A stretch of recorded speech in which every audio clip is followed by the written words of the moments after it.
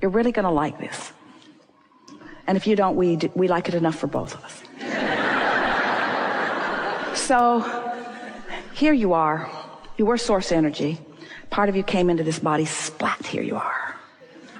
And you're exploring the variety. And you're knowing what you don't want, seeing plenty of it, which causes you to know what you do want, seeing plenty of that too. So you're launching these rockets. And you knew what you didn't want, which caused you to launch a rocket. But this rocket of what you do want is not very vivid for you because it just burst out of this contrasting experience. And it's not your habit of thought. This is. Knowing what you don't want in this example is more your habit of thought. So this rocket came, but it's a freak. It was born out of the contrast. And as you launched it, we saw it coming. We rode it immediately and became vibrationally part of it and held the frequency of it for you, for when you catch up with it. Not just us, but all those like us. In other words, we're on that vibrational vortex. It's spinning.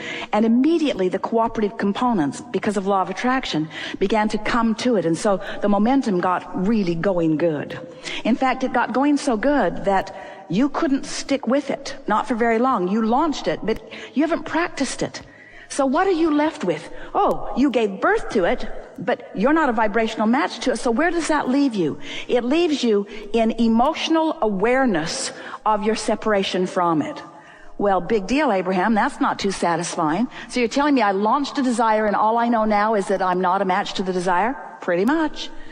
But that's worth knowing everything, because if you know you launched it, if you know it's yours, if you know source energy is focused upon it, if you know source energy is holding the signal of it, then even though you're not a vibrational match to it right now, that doesn't matter, because you have plenty of time. It's not going anywhere. You now know that you've launched the rocket. And so now you say, all right, I'll focus upon the fact that it does exist, even though it hasn't evidenced itself. I'll accept that it's in my vortex, even though my point of attraction hasn't allowed me to realize it yet. I'll accept that I've done step 1 and that you're doing step 2, and I'll look forward to step 3. I'll accept all of that. I'm feeling a little better about it just thinking about that. Feeling better about not having the manifestation of it. In fact, maybe even feeling a little eager about it. So now you're talking in general enough terms that you are no longer a vibrational mismatch to it.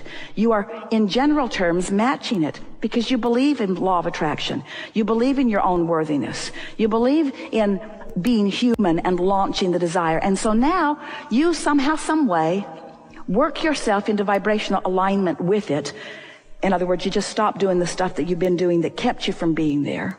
You started focusing on laws and processes instead of evidence that was pointing out when you weren't doing it. You started focusing upon the laws and the processes that meant that maybe you could do it. And, all of a sudden, you click into place with it.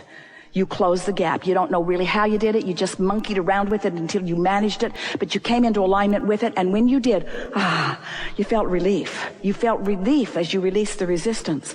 And now you are a perfect vibrational match to your desire. Your grid and your desire equal one another. And now it cannot be any other way. It must reveal itself to you in full manifested form. And it does. And you say yes for a minute. Because in the moment that it manifests, you not only have the confirming knowledge that you have managed to find alignment with it, but you now have, we love you so much, another set of contrasting experiences, which are launching another rocket of desire to which you are not a vibrational match. But now you know what to do. This time it's not going to take you so long. This time you're not struggling so hard. So what if it hasn't manifested? It's coming. I know that I'm good at this. I can align. All I have to do is clear my mind and not focus upon the absence of it. Stop beating the drum of what I don't want relative to this. Stop keeping active the opposite of what it is and start thinking a little bit more about the presence of what it is. Or change the subject altogether and look at other things that feel good to me. And now somehow, some way, you don't really know exactly how you did it because you did it sort of gradually and incrementally. Maybe some someone else walked into your room, some teacher, somebody that's holding you as their object of attention, knowing that you can do something that you didn't know you can do, and suddenly you're in vibrational alignment with it. You don't really even know how you figured it out, but oh boy, did you feel the relief of it as you came into vibrational resonance with this new desire. And now you are your grid. You are in the perfect vibrational place of what's in your vortex. There's no vibrational separation between where you are and where it is, and it flows into your grid, and you feel the exhilaration of the relief of that, and then it manifests. And this time you say, I did that, I did that, I did that, I did that, and you're so happy for about that long. And as it manifested, now here you stand with it, the manifestation of it, evidence of your vibrational alignment, and we love you so much, another set of contrasting experiences that cause you to launch another rocket of desire. So after a while, you begin to recognize that you're not ever going to get it done. And then it starts taking the sting out of what's not done, because there's always going to be plenty that's not done. And instead of feeling bad about what's not done, you feel eager about what's becoming. And then you start putting your attention upon what really matters, which is how you feel. And then you start looking for relief. You start letting your cork float. You start deliberately raising your vibration. You start looking for reasons to feel good, making lists of positive aspects, going to the places that make you feel good, giving yourself the right, giving yourself permission to do more things that are fun and less things that are hard, more things that feel good and fewer things that are assigned to you by others who are trying to get you to prove your worthiness. And so you just keep finding yourself in alignment, and then blessed with the manifestation of your desire, and then alignment, and then blessed with the manifestation of your desire. Until before you know it, you don't ask the question, how can I be there more of the time? You just acknowledge, hey, I'm there mostly. And oh, every now and again, I get this fantastic piece of negative emotion that lets me know that I have some big expansion that I'm ready to come into vibrational alignment with. And then you begin managing your gap. That's really what this life experience is about. It's about how much endurance you've decided to assign to yourself. I'm going to endure my discord longer. And we say, why? And you say, because it makes me popular among other humans. They seem to like my suffering. And we say, if we were standing in your physical shoes, we'd suffer if we couldn't figure out how to do anything otherwise. But we'd be figuring out pretty quick how to relieve ourselves of the suffering of our own negative attention toward things that are a vibrational mismatch to the whole that we have become. You are the creators of your reality, and you came forth into these magnificent bodies with clear intent. And you knew that you would be exploring the contrast, and you knew that the contrast would inspire you to new heights. And you knew that that vortex would fill to the brim with all kinds of magnificent things, and that law of attraction would bring a synergy to it, and that the cooperative components would all be gathered. And you intended full well to be very speedily along the way to be one of those cooperative components. And you knew that you would have guidance within you that would let you know how much cooperation you were giving to this cooperative vortex. You knew that your emotions would tell you where you are, and it was your full intention to follow the thoughts that felt the best, knowing that life would just keep causing and expanding you, and that the fun of life causing and expanding you is to consciously keep up with that expansion. To consciously keep up with your expansion. That's what life is all about, you see. Not one of you said, I'll pay the price, I'll go forth and suffer, I'll turn the world around, I'll help point out the errors of their ways, I'll make the world a better place. Every one of you said, I'll go forth and I'll carve out my individual and powerfully important impression of what would be an improvement. And then I will punctuate it by aligning with my idea and allowing the evidence of it to actualize in my experience. That's what this expanding universe is all about.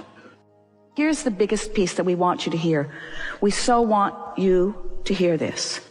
Stop beating up on yourself and make peace with negative emotion. All of you, we want so much for you to make peace with the glorious guidance system that you have within you. Make peace with negative emotion. Make peace with it. Make peace with it. You could not know a level of pain if it were not for a level of desire. Jerry said that to Esther. She talks to him nearly every morning. She talks to him all day, but she was specifically reaching for some relief from her discomfort right after he made his transition. And he said something so powerful to her. He said, you could not feel this level of despair if it were not for the powerful love that you feel for me. That's really something to think about, isn't it? If that love were not there, the pinching off of it wouldn't hurt. So that's why we want you to make peace with that feeling of the pinching off of it, because the pinching off of it means that there's something that you could turn immediately toward if you just would accept that you're vibrational beings. We don't see you at your radio dial grimacing about the broadcast point of view of those stations that are out there. You just tune your dial to something that is pleasing to you. And that's all that deliberate creation is. It's tuning your dial to something that is pleasing to you. But you can't tune your dial to something that pleases you if you're beating up on yourself for it taking too long, or if you're beating up on yourself for not having tuned it, you say. How can I hold myself always in alignment? You can't. How can I never feel negative emotion? You can't. You know, that's like saying, how can I get more answers? And you know what the answer to that is? Ask more questions. Ooh, didn't see that coming. I like the answer part. I don't like the question part.